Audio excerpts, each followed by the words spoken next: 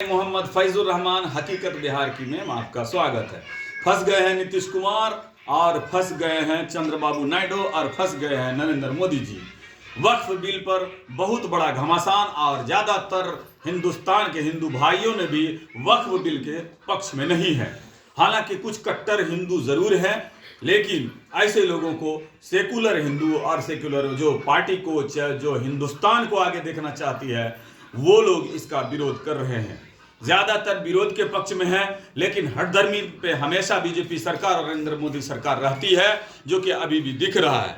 किरण रिजिजू जिस तरह से संसद भवन में बात कर रहे थे वो बिल्कुल ही निराधार था और वो कह रहे थे कि हम वक्फ बिल को लाएंगे। वक्फ बिल आप ला करके सिर्फ मुसलमान को परेशान करना चाहते हैं और आप शैतान बनना चाहते हैं। शैतान ना बने। अगर आप शैतान बनेंगे तो निश्चित रूप से हिंदुस्तान का नुकसान होगा और जब अमन व अमान नहीं होगा तो जाहिर सी बात है लोग काम करेंगे नहीं। जब काम करेंगे नहीं तो हिंदुस्तान आगे कैसे बढ़ेगा, ये बात आपको सोचनी पड़ेगी। एक मुखिया जो होता है किसी भी प्रदेश का और किसी भी राज्य का, उसको ये समझना पड़ता है कि हम घर के मुखिया हैं। उसके जितने भी लोग उस घर में होते हैं उसके लिए खाना पीना कपड़ा लत्ता घर द्वार सबका इंतजाम करना पड़ता है।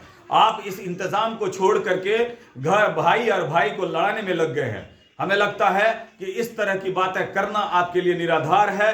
नरेंद्र मोदी की सरकार अब जो आप कर रहे हैं, धीरे धीरे लोग समझ रहे हैं कि इसी तरह से हिंदू मुसलमान की बात उठा करके, कब्र और कब्रिस्तान की बात उठा करके, नए नए मुसलमानों के मुद्दों को उठा करके आप सत्ता में बने रहना चाहते हैं। आपका साथ दे रही है हिंदुस्तान की मीडिया। हिंदुस्तान की आवाम से हम गुजारिश करेंगे कि आप समझ लीजिए, एक आदमी को खरीदना बहुत आसान होता है, लेकिन हजारों और करोड़ों या आवाम को खरीदना आसान नहीं होता है। तो सत्ताधारी लोग सिर्फ और सिर्फ आपके जहन पर अपनी बात को बैठाने के लिए उन्होंने खरीद लिया है मीडिया को। मीडिया को जब खरीद लिया है तो वो आपके खिलाफ और आवाम के खिलाफ और वो खरीदे हुए व्यक्ति के लिए काम करेगा, ना ही आपके लिए काम करेगा। ये महसूस हो रहा होगा। तरह तरह की बात कर करके हिंदुस्तान के लोगों को भड़काया जाता है, समाज में बिगाड़ पैदा किया जाता है, हिंदू मुसलमान को लड़ाने की साजिश की जा रही है। कुछ ऐसे नेता है जिसको ये बात समझ में नहीं आती है कि हिंदू मुस्लिम सौहार्द कितना हिंदुस्तान को आगे बढ़ाने के लिए जरूरी है। आप इस बात को समझना होगा। अगर हम लोग नहीं समझेंगे तो कट मर करके हिंदुस्तान को नीचे ही दिखाएंगे, दुनिया में बेइज्जती कराएंगे। हम लोग अपने भारत को बेइज्जत नहीं कराना चाहते हैं।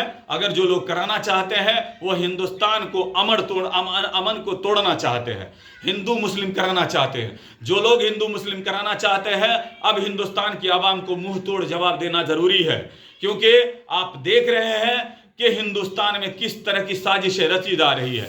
वक्फ बिल पे, कभी औरंगजेब पे, तो कभी 3 तलाक पे। इससे कोई फायदा है नहीं। जैसे लोग चल रहे थे अभी भी चल रहे हैं और आगे भी चलते रहेंगे। सिर्फ और सिर्फ जरूरत है रोजगार की, अच्छी शिक्षा की और अच्छे खाने पीने की। जब 70-80 करोड़ लोगों को आप मिड डे मील दे रहे हैं और राशन दे रहे हैं तो आप समझिए कि यह हिंदुस्तान का विकास नहीं है। आप बकवास कर रहे हैं। आप लोगों को लोभ और लालच दे करके सत्ता हथिया रहे हैं और आप लोगों को समझ गई है, इसलिए आपको उखाड़ फेंकना चाहती है। हम गुजारिश करेंगे हिंदुस्तान की आवाम से कि आप ऐसे लोगों के बहकावे में नहीं आए। कुछ लोग ऐसे भी हैं कि आप जब किसी चीज का सरकार का प्रदर्शन करते रहते हैं तो कोई भी मुसलमान आपका विरोध करने के लिए नहीं जा रहे हैं।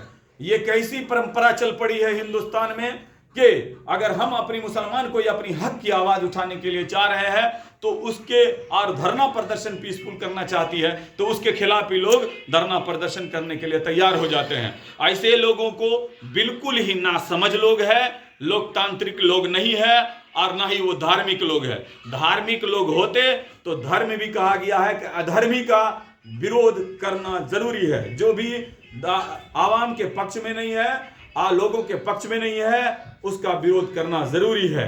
भगवान ने भी कहा है कि अगर हिंदुस्तान में या दुनिया में इंसान नहीं रहेगा तो हमारी पूजा कौन करेगा। सबसे पहले इंसान को बचाने की जरूरत है। जब इंसान बचेगा तो भगवान की भी पूजा बढ़ेगी और सौहार्द रहेगा तो हिंदुस्तान भी आगे बढ़ेगा। हकीकत बिहार की में आज के एपिसोड में इतना ही। जय हिंद, जय भारत। अभी